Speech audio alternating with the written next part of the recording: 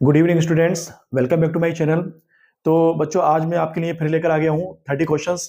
Most important MCQs हैं ये, और ये हम फिजिक्स और केमिस्ट्री सब्जेक्ट से देखेंगे। बायोलॉजी के हमारे कंप्लीट हो चुके हैं, ठीक है। तो अब हम यहाँ पर 30 क्वेश्चंस और देखते हैं, बहुविकल्पीय, मोस्ट इंपोर्टेंट है, ठीक है। चलिए, तो पहला क्वेश्चन देखते हैं हम यहाँ पर। पहला प्रश्न हमारा है कि ये एक अभिक्रिया दे रखी है और इसमें ये पूछ रहा है कि ऊपर दी गई अभिक्रिया कौन सी अभिक्रिया है, ठीक है। तो यहाँ पर ऑप्शन दे रखे हैं: संयोजन अभिक्रिया, विस्थापन अभिक्रिया, वियोजन अभिक्रिया और द्विविस्थापन अभिक्रिया। तो जब हम यहाँ पर रिएक्शन देखते हैं या अभिक्रिया देखते हैं, तो इसमें हमें साफ दिखाई दे रहा है कि यहाँ पर एक तत्व जो है वो किसी दूसरे तत्व को उसके यौगिक से विस्थापित कर रहा है। तो ऐसी अभिक्रिया जिसमें कोई एक तत्व जो है वो किसी दूसरे तत्व को उसके यौगिक से विस्थापित कर दे, विस्थापन अभिक्रिया कहलाती है। तो यहाँ पर जो अभिक्रिया दे रखी है ये विस्थापन अभिक्रिया बच्चों, ठीक है। तो यहाँ पर राइट आंसर हमारा हो जाएगा विस्थापन अभिक्रिया। अब यहाँ पर जो है ऑप्शन और भी दे रखे हैं, जैसे संयोजन अभिक्रिया है, ठीक है, वियोजन अभिक्रिया है। संयोजन अभिक्रिया क्या होती है? जब कोई दो पदार्थ आपस में मिलकर एक प्रोडक्ट बनाते हैं, एक उत्पाद बनाते हैं, उसको बोलते हैं यहाँ पर संयोजन अभिक्रिया। जैसे कि आप देखेंगे, जब कार्बन ऑक्सीजन के साथ में जो है मिलता है तब बनता है हमारा कार्बन डाइऑक्साइड। तो ये संयोजन अभिक्रिया का जो है उदाहरण है। इसी तरीके से आप देखेंगे वियोजन अभिक्रिया। तो वियोजन अभिक्रिया जो है यहाँ पर ये हो जाएगा जब CO2 यानी कि जब एक पदार्थ किसी दो पदार्थ में टूटता है, दो उत्पाद में टूटता है, तब उसको वियोजन अभिक्रिया कहते हैं। जैसे CO2 जो है फिर वापस जो है वो कार्बन और ऑक्सीजन में टूट जाएगा, तो ये क्या हो जाएगी? हमारी वियोजन अभिक्रिया हो जाएगी। फिर यहाँ पर एक द्विविस्थापन अभिक्रिया भी दे रखी है। द्विविस्थापन अभिक्रिया में क्या होता है कि इसमें जो है वो दो बार विस्थापन होता है। इसका भी एक एग्जांपल देख लेते हैं, एक रिएक्शन देख लेते हैं। जैसे एक रिएक्शन है यहाँ पर, सिल्वर नाइट्रेट को जब हम सोडियम क्लोराइड से रिएक्ट कराते हैं, तब यहाँ पर क्या होता है, जो सिल्वर है यानी कि Ag है, वो इस क्लोराइड के साथ में मिलकर AgCl यानी कि सिल्वर क्लोराइड बना देती है। बाकी जो है यहाँ पर जो सोडियम है इसके NO3 के साथ में ये सोडियम नाइट्रेट बनाता है। तो इस तरीके से यहाँ पर दो विस्थापन हुए यहाँ पर, ठीक है। तो इसलिए यहाँ पर इसको बोलते हैं यहाँ पर द्विविस्थापन अभिक्रिया, ठीक है। तो चलिए, इसका राइट आंसर तो विस्थापन अभिक्रिया हो गया। ध्यान से आप देख लीजिए, बहुत इंपॉर्टेंट है ये। और यहां से भी क्वेश्चन आया था, संयोजन अभिक्रिया के बारे में पूछ लेता है और वियोजन के बारे में भी पूछ लेता है। दूसरा क्वेश्चन जो हमारा ये है, जंग का रासायनिक सूत्र क्या है? जंग क्या होती है? लोहे पर लगती है जंग, और लोहे का जो सूत्र होता है उसको बोलते हैं Fe। Fe मतलब फेरम।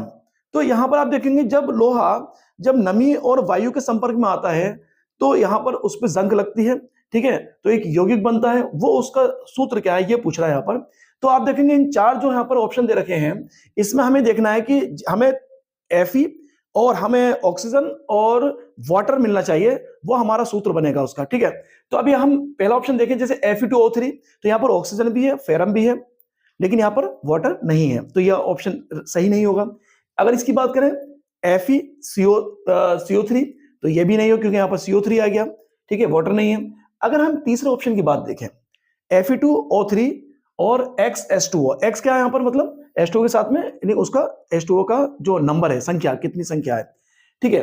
तो यहाँ पर आप देखेंगे Fe2O3 और XH2O, इसमें यहाँ पर आपका फेरम भी है, ऑक्सीजन भी है और यहाँ पर वाटर भी है। तो ये यहाँ पर संयोग करके जंग बनाएगा, तो ये ही इसका रासायनिक सूत्र हो जाएगा जंग का, ठीक है। और FeCO3 ये नहीं होगा इसमें, क्योंकि यहाँ पर ऑक्सीजन नहीं है। तो ये हमारा सूत्र हो जाएगा Fe2O3 XH2O। और ये क्रिया जो होती है जंग लगने की, ये कहलाती है संचारण।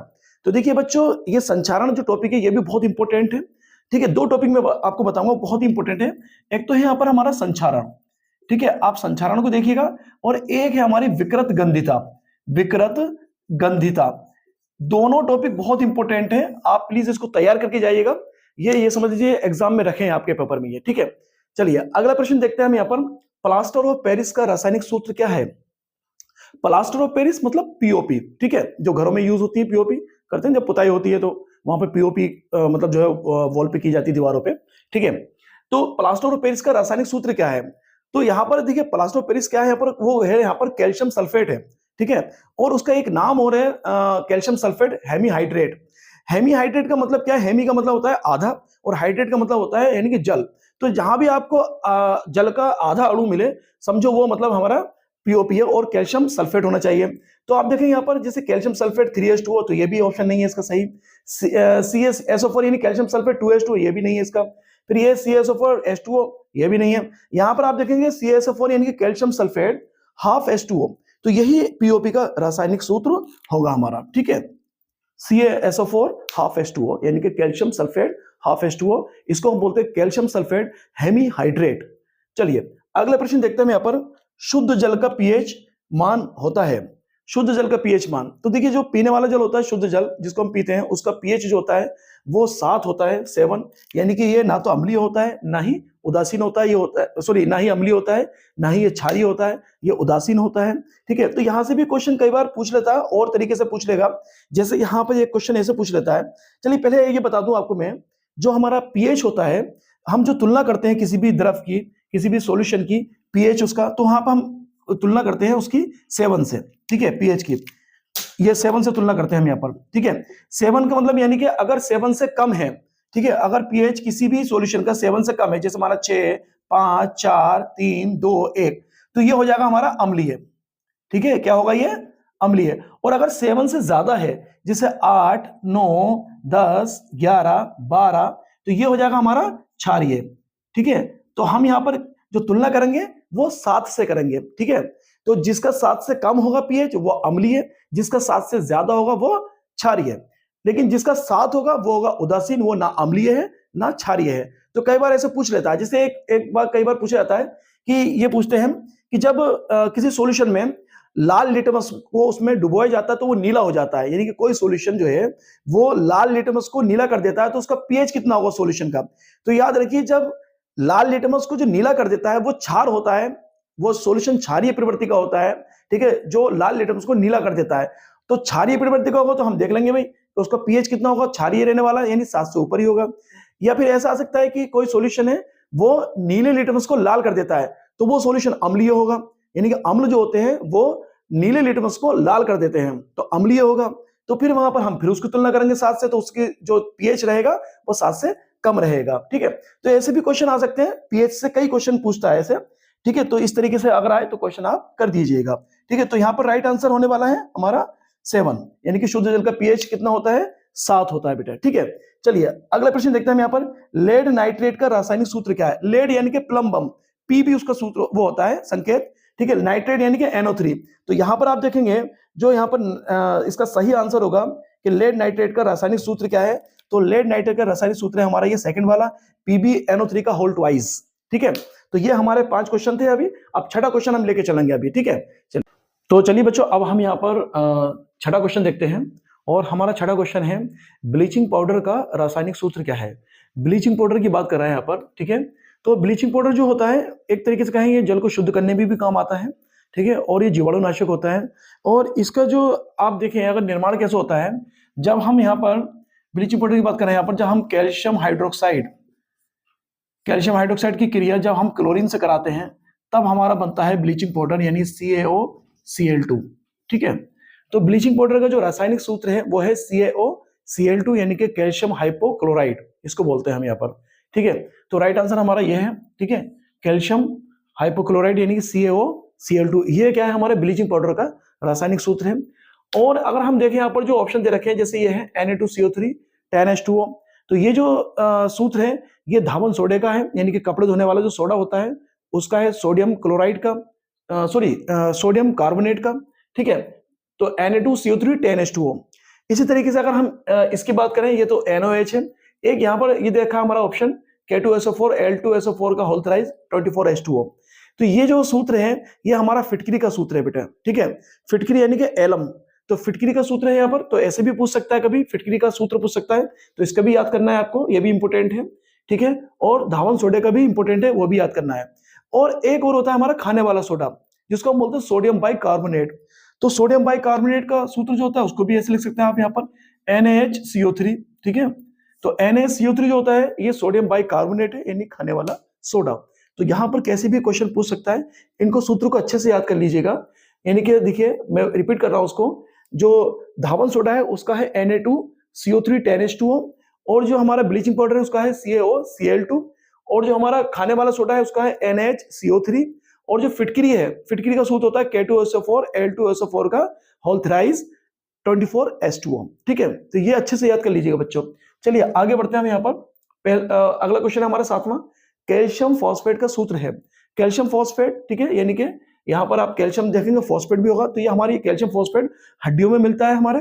ठीक है, हड्डियों जो बनी होती है हमारी कैल्शियम फॉस्फेट की बनी होती है। तो यहाँ पर कौन सा इसका आंसर सही होगा? तो यहाँ पर तीसरा ऑप्शन देखेंगे, ये सही है हमारा, Ca3PO4 का होल ट्वाइस, ये कैल्शियम फॉस्फेट होता है हमारा। ठीक है, चलिए आगे बढ़ते हैं। 8वां प्रश्न है हमारा, एंटीमनी है। तो एंटीमनी क्या है यहाँ पर? तो एंटीमनी देखेंगे कि ये धातु है या अधातु है या उपधातु है या मिश्र धातु है।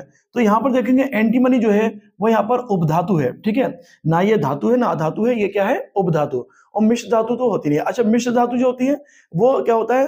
दो या दो से अधिक धातुओं को मिलाकर जो बनाया जाता है वो मिश्र धातु कहलाती है। जैसे कि जो ब्रास होता है, जो पीतल होता है, वो मतलब जो है ना एक मिश्र धातु है जो कॉपर तथा जिंक के मिलने से बनती है। ठीक है, ध्यान रखिएगा, जो पीतल होता है वो एक मिश्र धातु है और किससे मिलने से बनती है? कॉपर और जिंक, Cu+Zn से बनती है मिलकर। ठीक है, मिश्र धातु। तो यहाँ राइट आंसर उपधातु हो गया। चलिए अगला प्रश्न देखते हैं हम यहाँ पर। अगला प्रश्न हमारा, क्लोरीन जो अणु है Cl2, उसमें उपस्थित बंध है। कौन सा बंध है उसमें उपस्थित? तो यहाँ पर देखेंगे, सबसे पहले तो ये थोड़ा सा देख लेते हैं कि जो क्लोरीन है हमारी Cl2, ठीक है, इसकी जो परमाणु क्रमांक होता है वो होता है 17। ठीक है, 17। तो जब 17 परमाणु क्रमांक है तो हम इसका जब इलेक्ट्रॉनिक कॉन्फ़िगरेशन देखेंगे, इलेक्ट्रॉनिक विन्यास देखेंगे, तो वो होगा हमारे यहाँ पर 2, 8, 7। यानी कि हम यहाँ पर ये देख सकते हैं कि इसकी बाहरी कक्षा में कितने इलेक्ट्रॉन हैं।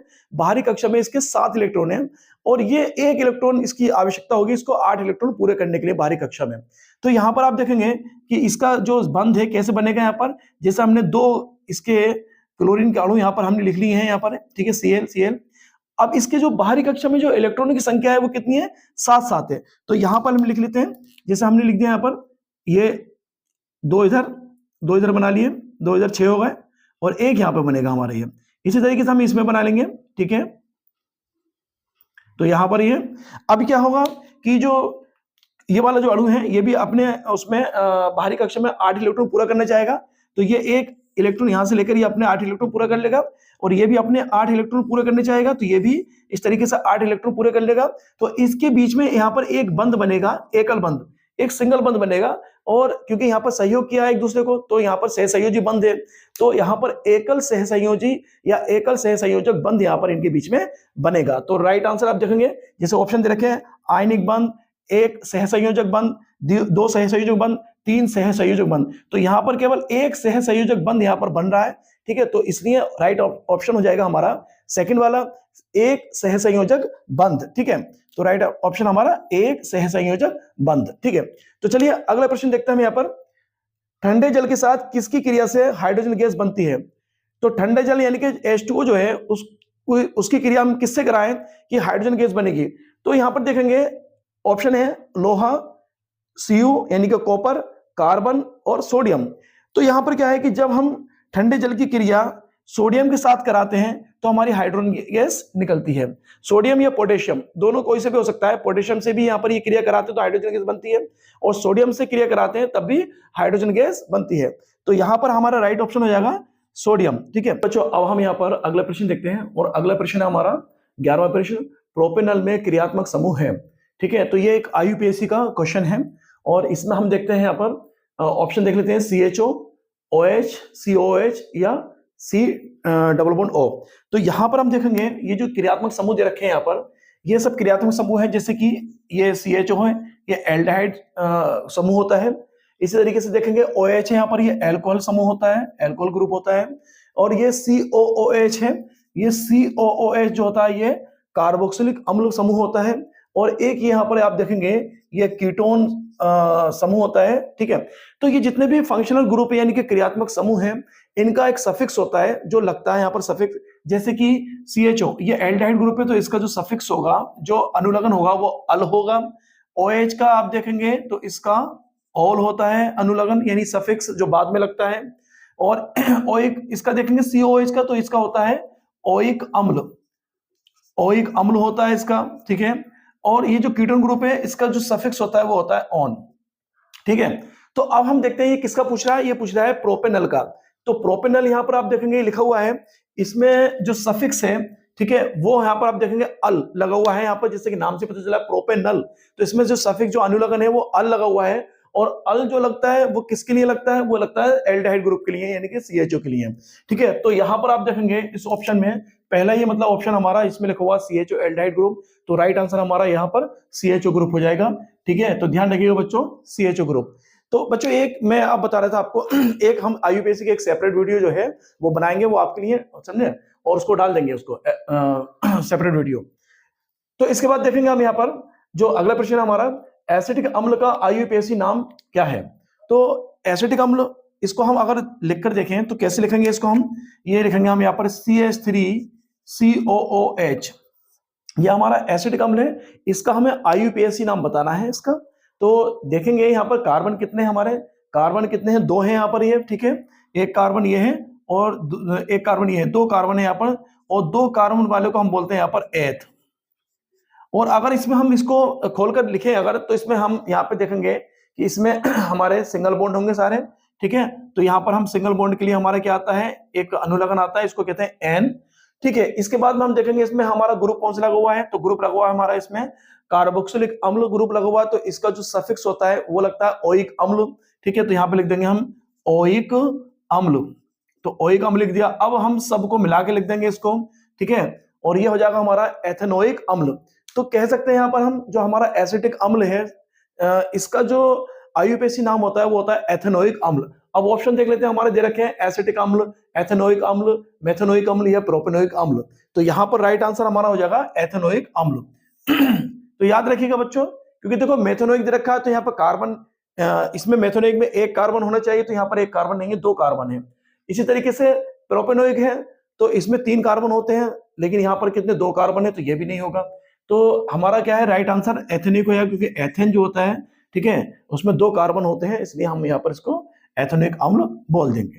ठीक है, तो राइट आंसर हमारा एथेनोइक अम्ल हो जाएगा, एसिटिक अम्ल का IUPAC नाम। तो चलिए बच्चों हम अगला प्रश्न देखते हैं यहाँ पर। ये अगला प्रश्न है हमारा, निम्नलिखित में एल्कीन है। ठीक है, तो हमारे क्या है यहाँ पर एल्कीन, हम यहाँ बात करते हैं हाइड्रोकार्बन की।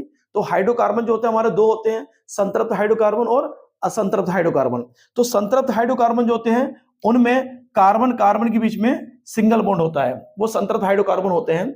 लेकिन असंतृप्त हाइड्रोकार्बन जो होते हैं वो 2 प्रकार के होते हैं, एक तो वो जिनके कार्बन कार्बन के बीच में डबल बॉन्ड होता है, और एक वो जिनके कार्बन कार्बन के बीच में ट्रिपल बॉन्ड होता है।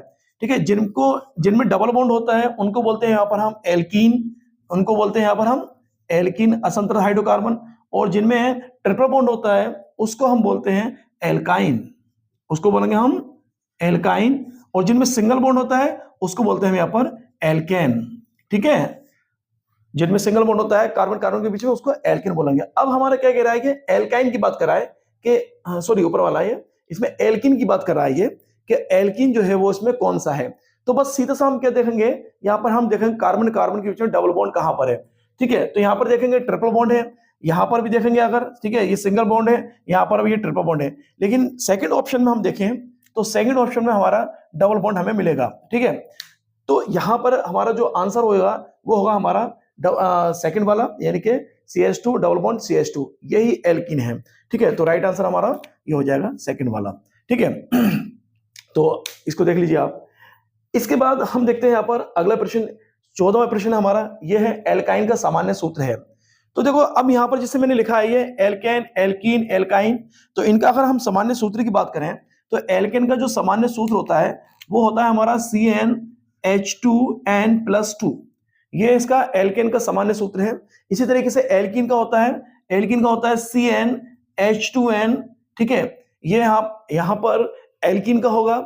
इसके बाद हम देखेंगे एल्काइन का, तो एल्काइन का होगा CnH2n-2, ठीक है। तो ये तीनों के यहाँ पे सूत्र लिख दिए हैं, एल्केन, एल्कीन, एल्काइन के।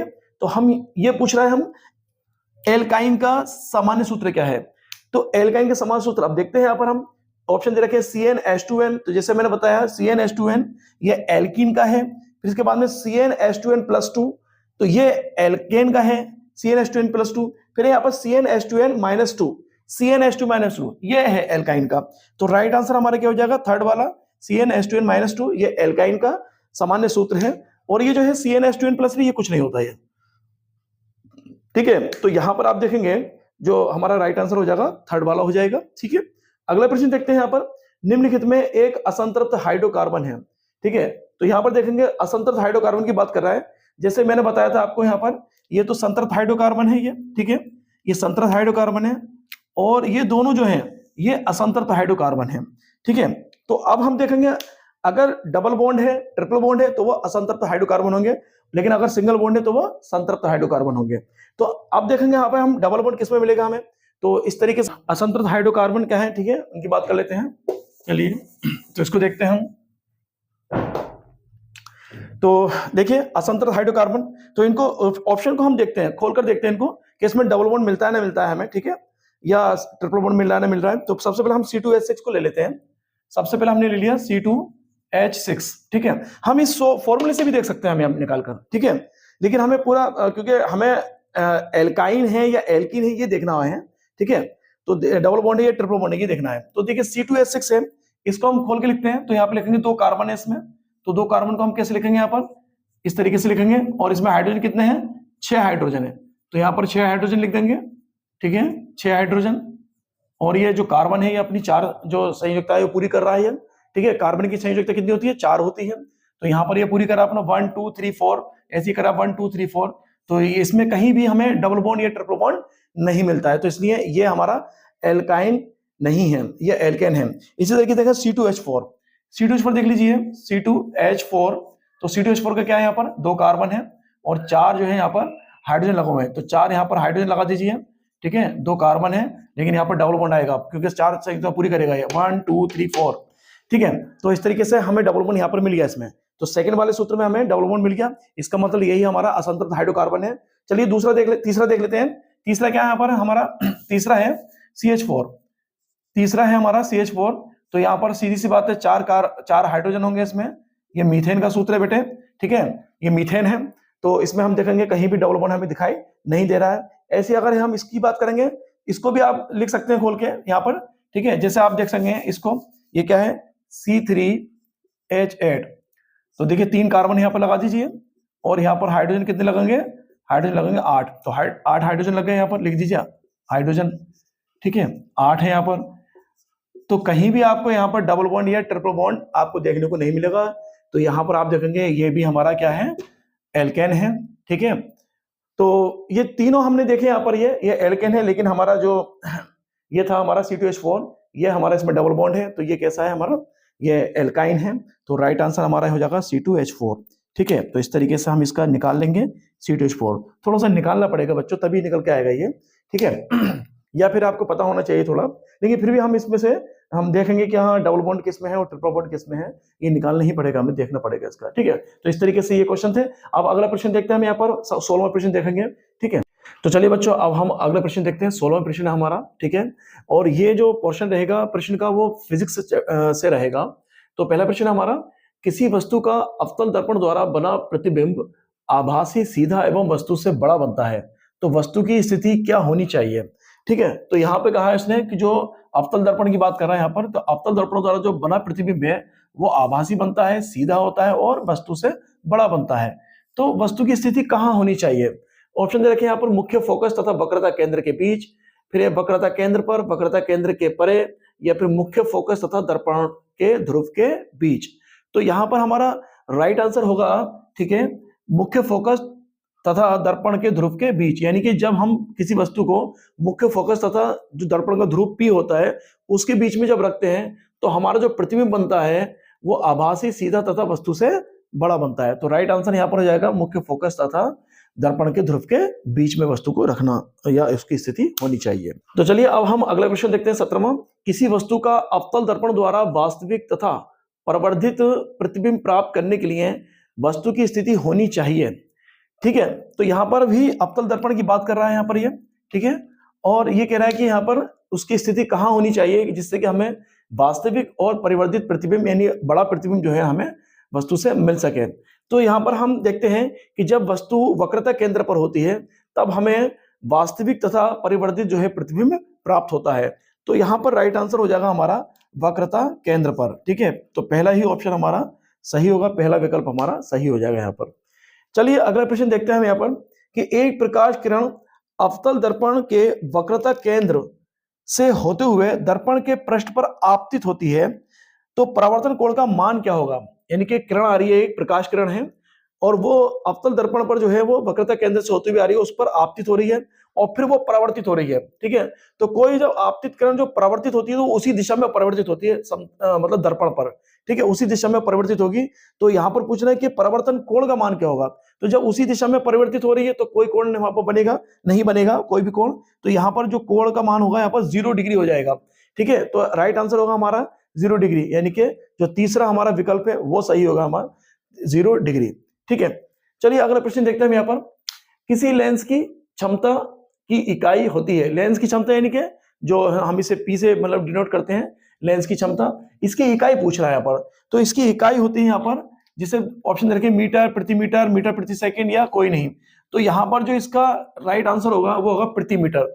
यानी कि लेंस की क्षमता की जो इकाई होती है प्रति मीटर होती है और हम इसको डायोप्टर भी बोल देते हैं।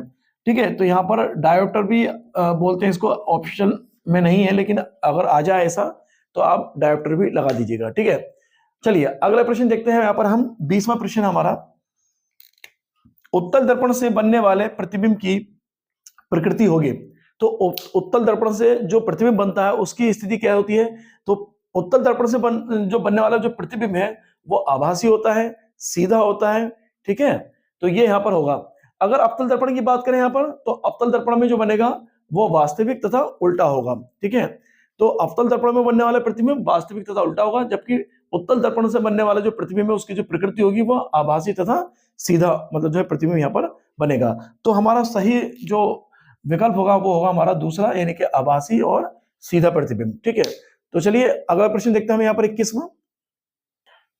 तो चलिए बच्चों अब हम अगले प्रश्न की तरफ बढ़ते हैं और हमारा मतलब जो है अगला प्रश्न है 21वां प्रश्न, मानव नेत्र द्वारा वस्तु का प्रतिबिंब बनता है। तो जो मानव नेत्र है हमारा, ठीक है, उसमें जो वस्तु का जो प्रतिबिंब बनता है वो कौन से भाग पर बनता है नेत्र के। तो नेत्र का सबसे अंदर का भाग होता है जिसको हम बोलते हैं रेटिना।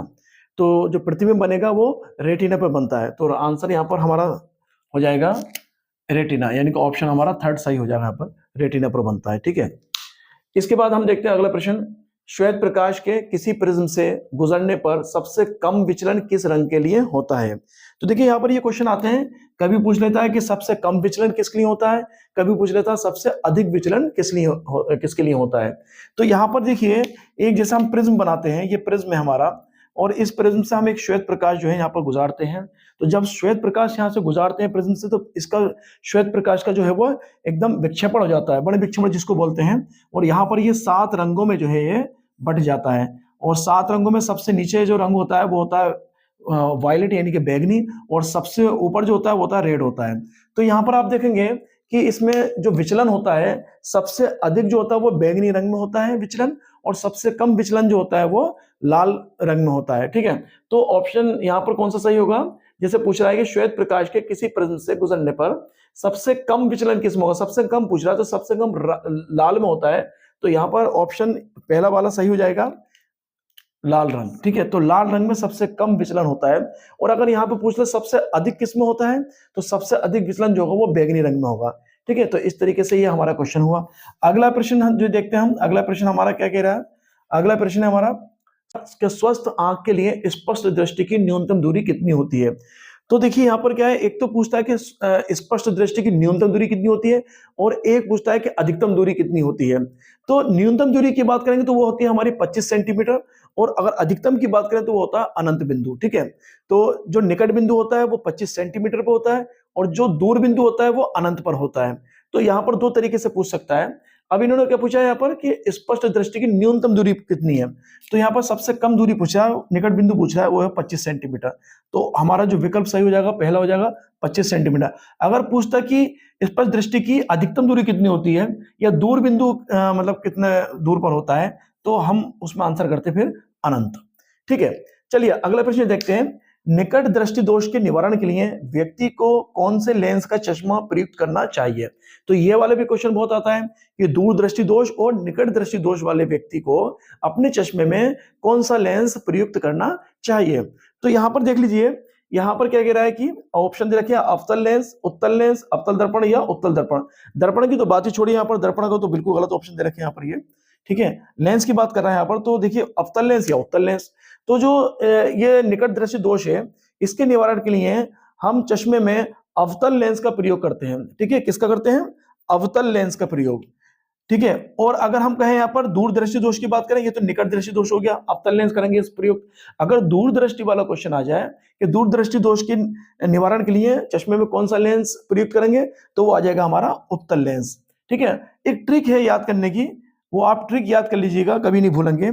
जैसे अभी हम बात करें यहाँ पर दूरदृष्टि दोष, तो दूरदृष्टि दोष में कौन से लेंस का प्रयोग करेंगे हम? तो देखिए दा पे कौन सी ऊ की मात्रा लग रही है? छोटे ऊ की मात्रा, वो ऊ की मात्रा लग रही है। दा पे कौन सी मात्रा है? ऊ की मात्रा। दूरदृष्टि तो ऊ से होता है हमारा उत्तल, ऊ से उत्तल, ठीक है। तो याद रखिएगा दूरदृष्टि दोष में हमेशा उत्तल लेंस प्रयुक्त करते हैं, ठीक है। अब इसके अलावा फिर निकट में तो अवतल हो गई, ठीक है। तो ऐसे ही करके आप इसको एक ट्रिक है याद करने की, याद कर सकते हैं। चलिए अगला प्रश्न देखते हैं यहाँ पर। अगला प्रश्न है हमारा 25वां कि एक अश्वशक्ति, अश्वशक्ति मतलब हॉर्स पावर, एक अश्वशक्ति किसके बराबर होता है? कितनों के बराबर होता है? यहाँ पर ऑप्शन देखें 756 वाट, 726 वाट, 746 वाट, 736 वाट। तो यहाँ पर आप देखेंगे जो एक अश्वशक्ति बराबर होता है वो होता है 746 वाट के, ठीक है। यानी कि एक हॉर्स पावर जो है वो 746 वाट के बराबर होता है, ठीक है। तो राइट आंसर हो जाएगा यहाँ पर हमारा तीसरा 746 वाट। चलिए अगला प्रश्न देखते हैं यहाँ पर हम। अगला है हमारा विद्युत शक्ति की इकाई है। अब विद्युत शक्ति यानी यहाँ पर इसकी इकाई पूछ रहा है, ठीक है। तो विद्युत शक्ति की इकाई क्या होगी यहाँ पर? ये होगी हमारी वाट। तो ऑप्शन यहाँ पर तीसरा सही हो जाएगा, ठीक है, वाट। अब यहाँ पर देखिए वोल्ट जो है यहाँ पर ये विभवांतर का मात्रक है, ठीक है। जूल जो है ये आप देखेंगे ऊर्जा का मतलब जो है मात्रक है, ठीक है। कूलाम जो है ये आवेश का मात्रक होता है, ठीक है। चलिए देखिए एक चीज और देखिएगा इसमें, इस चैप्टर से कभी कभी मतलब जो है विभवांतर का क्या मात्रक क्या है ये पूछ लेगा, और प्रतिरोध का मात्रक पूछ लेगा, या जो धारा है उसका मात्रक पूछ लेगा। तो देखिए विभवांतर का मात्रक जो होता है वो वोल्ट होता है, याद रखिएगा। विभवांतर का मात्रक वोल्ट होगा, प्रतिरोध का मात्रक ओम होता है, और धारा का मात्रक एम्पियर होता है। तो ये भी आप याद रख लीजिएगा इसको, ठीक है। चलिए अगला प्रश्न देखते हैं हम यहाँ पर। अगला प्रश्न है हमारा 27वां। लघु पतन के समय परिपथ में धारा का मान। लघु पतन का मतलब होता है शॉर्ट सर्किट। तो शॉर्ट सर्किट होता है, जैसे घरों में एमसीबी बोर्ड होते हैं, मतलब लघु भी होती हैं, तो वो एकदम एमसीबी गिर जाती है। तो वो क्या होता है कि जब शॉर्ट सर्किट होता है तो उसमें धारा का मान क्या होता है, कैसे गिर जाती है वो? तो यहाँ पर आप देखेंगे कि धारा का मान ऑप्शन दे रखिए, बहुत कम हो जाता है, बहुत अधिक हो जाता है, लगातार बदलता रहता है, या परिवर्तित नहीं होता। तो यहाँ पर देखेंगे जब धारा का मान बहुत अधिक हो जाता है तब शॉर्ट सर्किट होता है, यानी कि लघु पतन के समय परिपथ में धारा का मान बहुत अधिक बढ़ जाता है। तो राइट ऑप्शन हमारा हो जाएगा यहाँ पर दूसरा, कि बहुत अधिक हो जाता है, ठीक है। चलिए इसके बाद देखें 28वां प्रश्न देखते हैं कि विद्युत परिपथ में विद्युत शक्ति का सही सूत्र है। तो विद्युत परिपथ में विद्युत शक्ति का सूत्र हमें देखना है क्या है यहाँ पर, ठीक है। तो विद्युत परिपथ में देखिए ऑप्शन दे रखे हैं यहाँ पर P बराबर आई आर, P बराबर आई स्क्वायर आर, या P बराबर वी स्क्वायर आर, या P बराबर आई आर स्क्वायर। तो यहाँ पर देखिए राइट ऑप्शन हो जाएगा आपका विद्युत परिपथ में विद्युत शक्ति का जो सूत्र है वो क्या है हमारा, P बराबर आई स्क्वायर आर, ठीक है। P बराबर आई स्क्वायर आर, ये इसका यहाँ पर हो जाएगा, ठीक है। इसके बाद अगला प्रश्न देखते हैं यहाँ पर। यहाँ है विद्युत ऊर्जा का मात्रक है। विद्युत ऊर्जा का मात्रक क्या होता है? तो आप देखेंगे ऑप्शन रखे हैं वोल्ट, वाट, किलोवाट या किलोवाट घंटा। तो आप देखेंगे ये सभी मतलब जो देखें, वोल्ट जैसे विभवांतर का मात्रक है, वाट जो है वो विद्युत शक्ति का मात्रक है, ठीक है, और किलोवाट भी मात्रक है, ये बड़ा मात्रक है किलोवाट, ठीक है। और लेकिन किलोवाट घंटा जो है वो विद्युत ऊर्जा का मात्रक है, ठीक है। याद रखिएगा वाट और जो किलोवाट है दोनों ये विद्युत शक्ति के मात्रक हैं, ठीक है। वोल्ट जो है वो विभवांतर का मात्रक है, लेकिन विद्युत ऊर्जा का मात्रक जो है वो क्या है, किलोवाट घंटा है, ठीक है। तो ये आप ऑप्शन आपका ठीक है यहाँ पर सही हो जाएगा, चौथा वाला किलोवाट घंटा। तो ये हमारे प्रश्न हुए। अब अगला प्रश्न और देखता हूं यहाँ पर, 30वां प्रश्न जो है वो लास्ट प्रश्न है आपका, वो हम एक न्यूमेरिकल है उसको देखते हैं आकर, ठीक है। तो चलिए बच्चों अब हम अपना 30वां प्रश्न देखते हैं, लास्ट प्रश्न है, ठीक है, और ये न्यूमेरिकल है। प्रश्न है यहाँ पर ये कि किसी विद्युत परिपथ में 2 ओम, 4 ओम तथा 6 ओम के 3 प्रतिरोध श्रेणी क्रम में जुड़े हैं, ठीक है। परिपथ में 2 एम्पियर की धारा प्रवाहित हो रही है, प्रत्येक प्रतिरोध के सिरों के बीच विभवांतर कितना होगा। अब हमें यहाँ पे विभवांतर निकालना है, ठीक है। तो जो जो वैल्यूज हमें दे रखी है पहले उसको लिख लेते हैं। 3 प्रतिरोध दे रखे हैं हमें यहाँ पर, जैसे R1 यहाँ पर कितना दे रखा है हमें 2 ओम, इसी तरीके से R2 बराबर यानी कि दूसरा जो प्रतिरोध है वो दे रखा है हमें, उसका मान है 4 ओम, ठीक है। और तीसरा प्रतिरोध दे रखा है जिसका मान है हमारा यहाँ पर 6 ओम, ठीक है। तो इस तरीके से यहाँ पर ये 3 प्रतिरोध दे रखे हैं। आई का मान दे रखा है यहाँ पर, धारा का मान, ठीक है, वो है हमारा 2 एम्पियर, ठीक है। अब ये पूछ रहा हमसे जो तीनों प्रतिरोध हैं उनमें विभवांतर, उनके बीच में जो विभवांतर है वो कितना होगा क्रमशः, ठीक है। तो अब यहाँ पर हम देखिए क्या करेंगे। सबसे पहले हम देखते हैं कि जो प्रतिरोध हैं वो तीनों श्रेणी क्रम में यानी सीरीज में लगे हुए हैं। तो यहाँ पर आप देख लेंगे 3 प्रतिरोध हैं, इस तरीके से हम बनाएंगे यहाँ पर